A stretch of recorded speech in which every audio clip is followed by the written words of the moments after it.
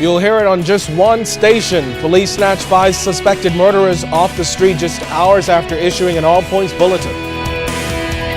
It was a horrific scene. It was a traumatizing experience. Find out why this man feared for his life, grabbed his gun, and hoped for the best. It's a story you'll see on just one station.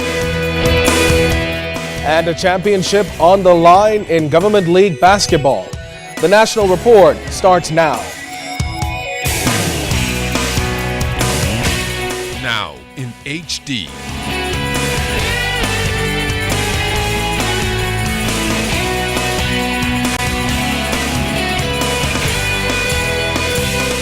ZNS Network presents The Bahamas Tonight.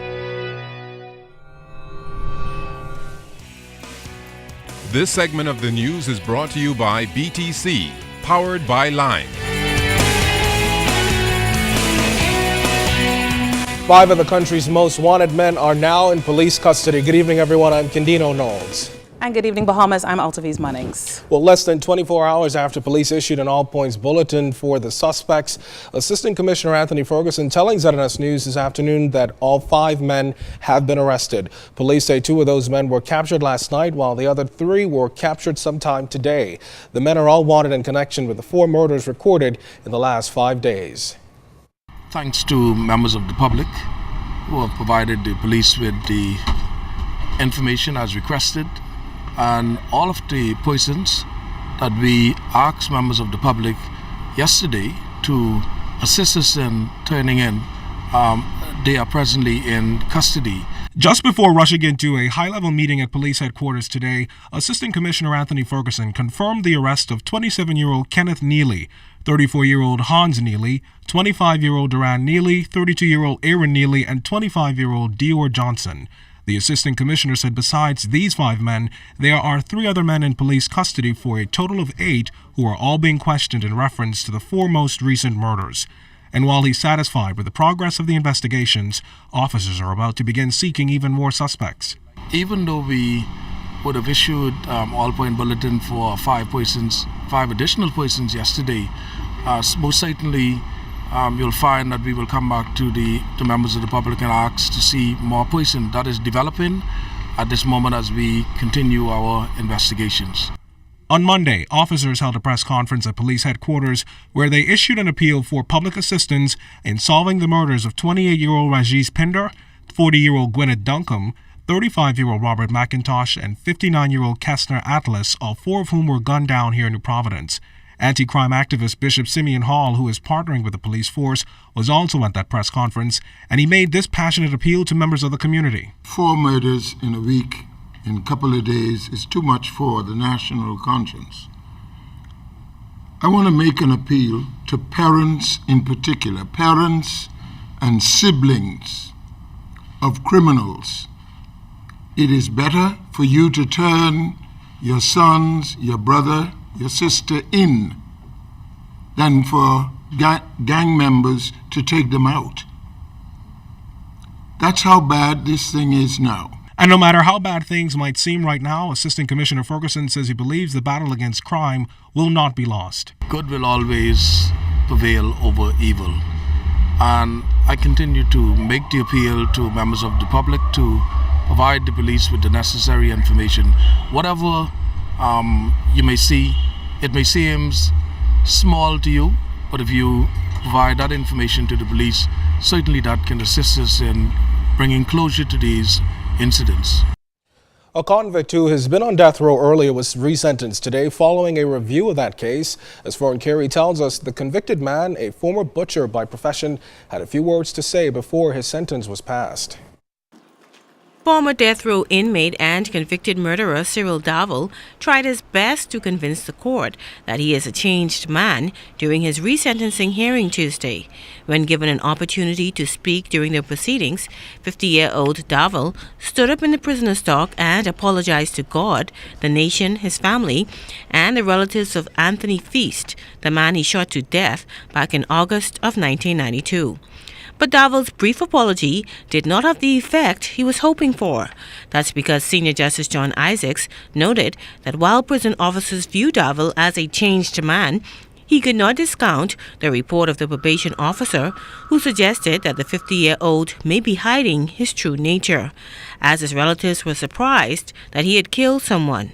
And while Davil expressed remorse for his actions and worked with the disabled in prison, Justice Isaacs noted, among other things, 3 unspecified infractions while in prison, along with Davil's 15 and 10-year sentences for armed robbery and gun possession, which he said suggests that Davil has a propensity for weaponry. In his plea in mitigation, Davil's attorney Dorsey McPhee begged the court to give his client a second chance, noting that Davil was about 26 when he committed the crime, is now a changed man, and should be given a chance to reintegrate into society. But Justice Isaacs was not swayed and sentenced Davil to 55 years in prison. I think it's a little harsh, but I have to respect the judge's decision at all times. There's a possibility that he could appeal if he wished. Now, there are provisions in the prison rules for particularly long sentences to be reviewed, and Davil is expected to take advantage of that opportunity, possibly within the next 5 years. Vern Carey, ZNS Network News. In other court news tonight, police have filed charges against 29-year-old Lower Bogey Eleuthera resident Kelson Ferguson. In connection with that police-involved shooting in Deep Creek, Eleuthera back on August 5th. During the arraignment in the Nassau Street Magistrates Court today, Ferguson pleaded not guilty to using obscene language, resisting arrest, assaulting police constable 3086 Desire Bien, and causing damage to Bien's police uniform and whistle and chain while in North Eleuthera. Ferguson also denied that he threatened to kill the officer. Now, you may recall that Ferguson was shot to the thigh as he was reportedly being arrested. Police say the officer also sustained serious bite marks on his face and arm during the incident. Meantime, Ferguson was granted $5,500 bail, and he's expected to return to court on September 26th.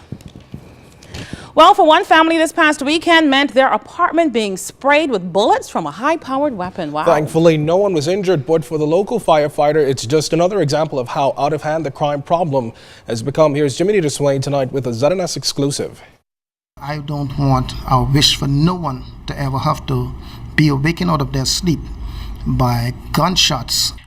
Firefighter Peter Outen says he and his family were frightened out of their beds on Saturday around 3 a.m. to gunfire rattling his Fire Trail Road apartment. What really got us up was that the sound of the loud thumping on the door as well. And when we realized that there were intruders trying to enter this apartment, I then get up and begin to arm myself. Houghton said he took a position in the corridor with his licensed shotgun and wait for anyone daring to enter. He said 2 other adults and a child were inside with him. He said by the time police responded, the suspects were long gone. Police collected, they counted 13. There were 2 different guns. They said basically a shot like this one, but they didn't find an AK shot, and there was other shots like from 9mm or so like that. When it was all done, there were bullet holes in his window, in the pillars outside his door, in the front door, and inside the walls of his home. Fellas didn't come to shoot marble, and they didn't come to play.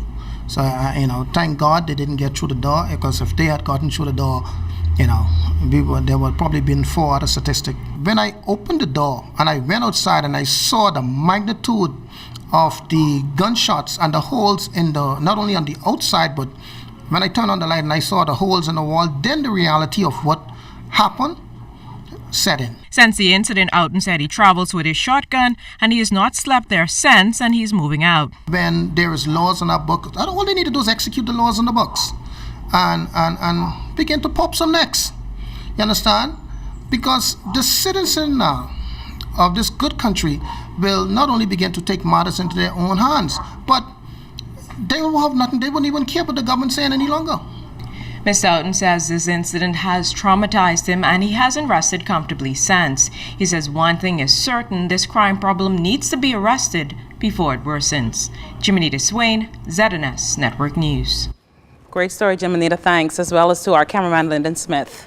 In other news tonight, Minister of Housing and the Environment, Ken Dorset, revealed the government is getting closer to beginning prosecution of persons that operate shanty towns on private properties. In fact, Minister Dorset said the government is looking to begin prosecution for new shanty towns discovered in New Providence.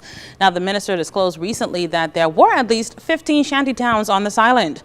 A report dubbed the Shantytown Project 2013, released by the minister in July, detailed the state of shanty towns, not only here in the capital, but in Family Islands as well. The committee, which comprised of different department and agencies, continue to meet. Prosecutions are being advanced on new shanty towns in New Providence, and the existing one that the notices expired, the Attorney General's office and the attorney in the Department of Environmental Health Services, who is advancing the prosecutions, I think have completed the summonses, and so I think they're going to advance the litigation now. We would focus on those shanty towns, the larger ones that exist on private lands. Minister Dorset pointed out that the investigative process has already started on shanty towns that exist on government property. Now, Minister Dorset and the Prime Minister recently toured some of those areas. The Housing Minister noted, though, the process is not without its challenges, as officials continue to work with persons who own private property to resolve the situation. It is a very complex issue, but one that I think that we have shown that we're resolved and committed to address. And I think that other owners of buildings in shantytown areas and owners of land that occupy these things have been coming into the office because they know that prosecutions are coming. And so we have been working with owners, and I continue to encourage them to come into the ministry and meet with me or meet with members of my staff. And still on the topic of housing, more than 1,000 persons have registered with the Department of Housing to secure a government home. Housing and Environment Minister Ken Dorset said that doesn't account for persons who registered. And those numbers continue to grow, which clearly indicates there is significant demand for housing here in New Providence, but across the country as well.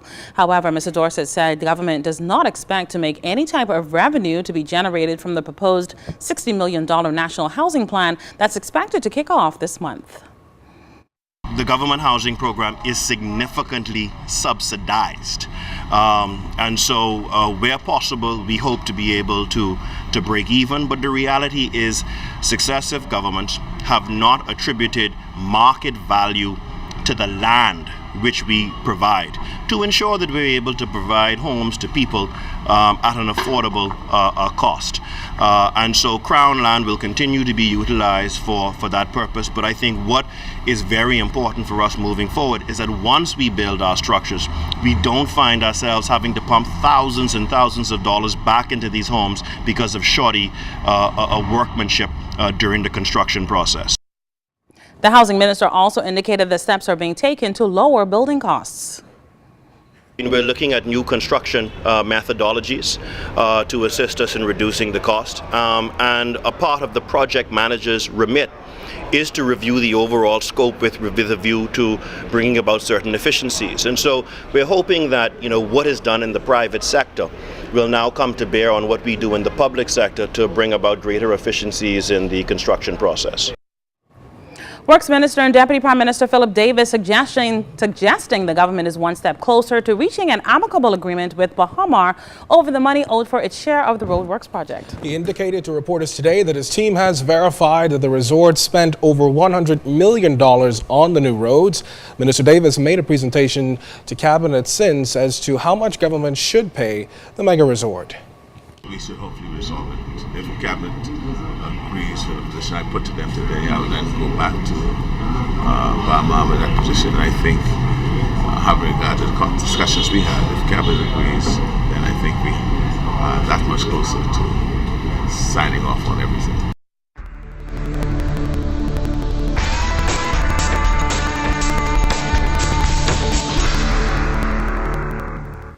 In our first look at weather, the weak high-pressure system over the area is rendering light winds over the northwest Bahamas and some moderate winds in the central and southeastern islands. But outside of our studios, we have partly cloudy skies, temperature 84 degrees, relative humidity 74%, winds out of the northeast at about 6 knots, barometric pressure 1,015.0 millibars, that's 29.97 inches, and it is rising. But stay tuned, temperatures around the Palm Beach Islands, travel and boating forecast is still to come. Students at the center of the DAF head back to school. Hear what's new for them. The Police Royals and Airport Authority try to take a step closer to its championship. We've got the highlights. You're watching The Bahamas Tonight. This portion of the news is brought to you by Shell Helix Ultra. Performance you can see.